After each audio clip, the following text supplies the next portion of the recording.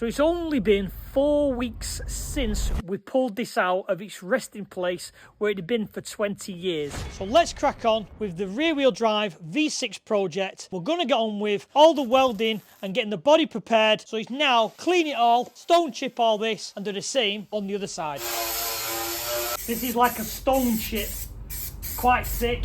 That one's prepped. I'm going to do the other side, but as you can see, a million times better. It looks so much cleaner than it did previously. And even this area where it was a bit rotten made a world of difference. So let's get on with now putting the actual Corsa front end on, start tacking it into place, ready to panel the front end. So now it's time to start welding it all in place. So we've cleaned all these areas. We're going to literally, everything's squared up, bolted up, all nice and true. Now start seaming all these panels in. So basically the front end is assembled, and you will have seen that on the previous video where we've made all the little metal plates. We'll get all them in and then we can get it all in primer and it's ready then to paint the bay. So we are completely welded on. So if you look now, everything's been seamed down this edge where there was a 1mm gap. Everything's been panelled in like you saw in the previous video. So that's all now strengthened. All inside, this area's been fully seam welded, all nice and neat. And then this side's been done as well. And it's all been painted. Oh, and down on the front, all the spot welds have been plugged with these reinforcing plates, and all the outside edges have been welded, and this side's been in primer. Both sides, all tied in, all reinforced, and this is what you mean by plug welds. It's just additional strength, filling the holes up, so it bonds a bit more to the side panel. Now it's time to start paneling all this in, welding under here, and getting this reinforced for the next step. So a lot of the front end stuff's now done. So let's just recap. Tied in all the shocker areas. We've reinforced all the slam panel with plates either side.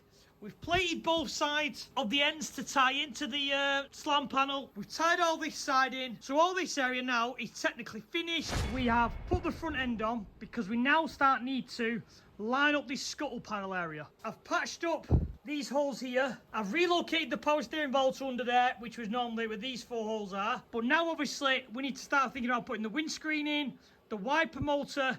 So I need to get the bonnet on, which means I need to put the bonnet pins in either side to make sure everything lines up before I completely make sure this is in the right place. Because the bonnet sits upwards because of the shocker tops, it means that it needs to go onto bonnet pins. So that means we need to put a bonnet pin in this area and replicate it on the bonnet. So what I've done is I've measured from that point to that point, so this line, and it's 31.5, and I've done that point to that point, and it's 31.5. So as I've just drilled, it's gone right the way through, and it's come out, if you can just see that there, the other side. That hole and that hole are identical places for my body pins. We've put the attachment on, screwed them down. Might need a bit of adjusting to line up, but we can do that when it goes for body work. So we're working on the wiper linkage. And as you can see, obviously, this is the wiper linkage off the track car with all the holes in. The 2 little wiper arm bolts are coming through.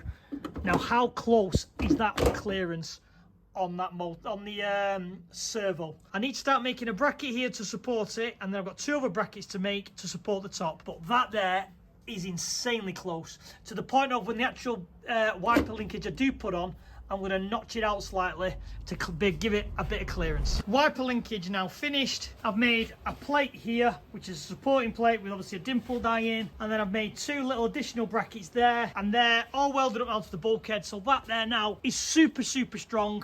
And look at how close it is. I've not even dinted this, to be fair. The last job's now going to be where these lines are, them lines are. So because the bonnet's raised at the back, obviously I need to put 2 bonnet pins. So I need to build 2 little stanchions, which come off them 2 areas to put the bonnet pins in so I can drill the bonnet. So with the engine bay complete, it's now starting to move on to the inside of the car. As you will have seen in the previous video, we did a lot of the joining metal work to join the Corsa shell to the Amiga shell. So now it's time, which I class as kind of the easier job now, is clean it all with a wire wheel, trim some of the excess brackets off from the Amiga, which we're not going to use, treat all the rust, and start reinforcing it. So as you can see, we've wire wheeled all the areas, all the extremely rusty places, and then what we've done is we've coated it with Amorite crust. Now, I'm not sponsored by them.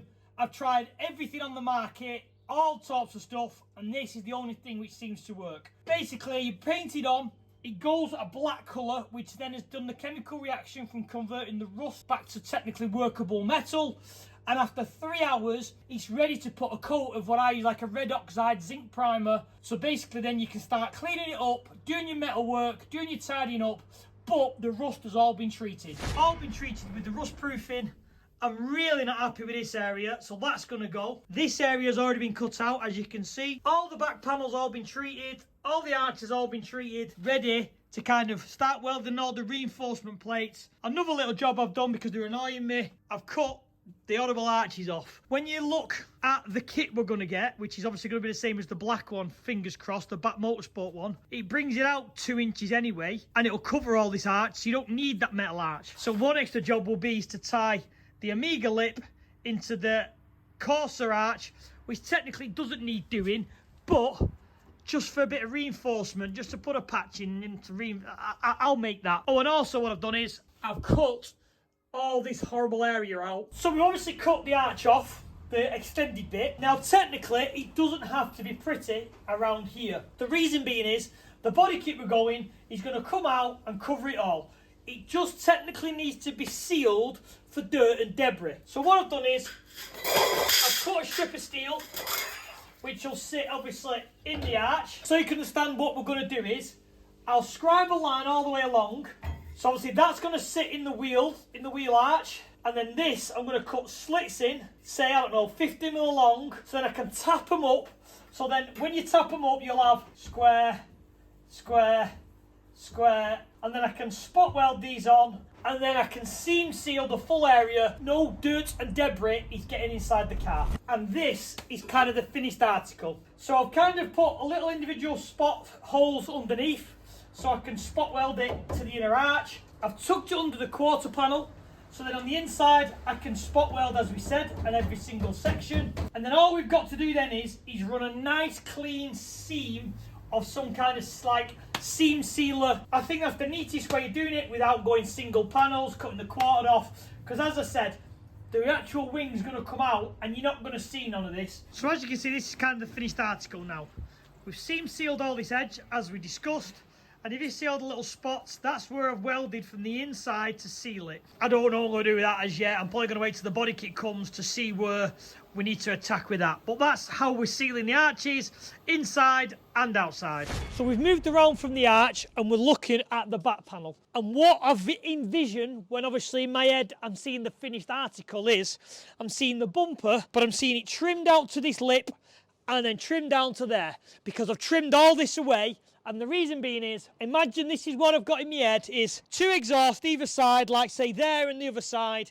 So when you look from the back, exhaust, and you can see the rear diff. I think that with the wide arches, it's going to look cool as Christmas. So we've obviously both arches now sealed. It's basically starting now to get all the panels welded in that we made in the previous video to strengthen all this back end area, tying the body into the floor pan. And then a lot of the metal work is fully done. Let's crack on. Let's get these panels welded in. So here's us welding the panels in now. So seamed all this up, seamed this up, spot welded that plate in, and this is kind of the finished article. I've still got a seam seal around this and seam seal around this, but that's how it's going to be. I'll stop now because I've got to panel this area in, but I've got to think about how I'm going to put the fuel tank in. So we've panelled everything in now. Everything's been seam sealed. The rear strut brace section's been welded in. All the patch of repair works have been done. I think I'm going to start welding the plates in for the seat rails and start repairing the floor. I want to cut a little bit more rust out this area because I just don't like it, because the metals are very dimpled and it's just not aesthetically pleasing. Just keep ticking these little jobs off because we're smashing through this metal work and it won't be long before we're painting in here and getting it ready to look pretty.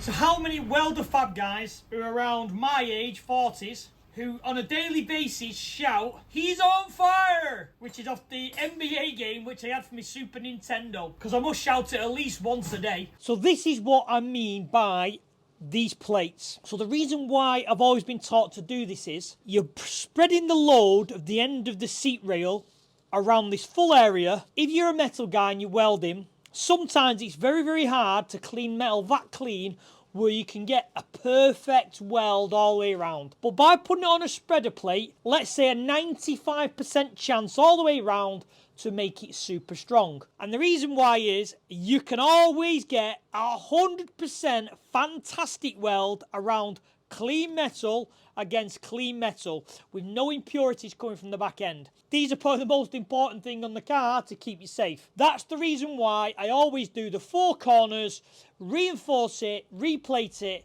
because you want that seat to stay in situ no matter the accident. So these have been the next fabricated job. So it's 2.5mm plate.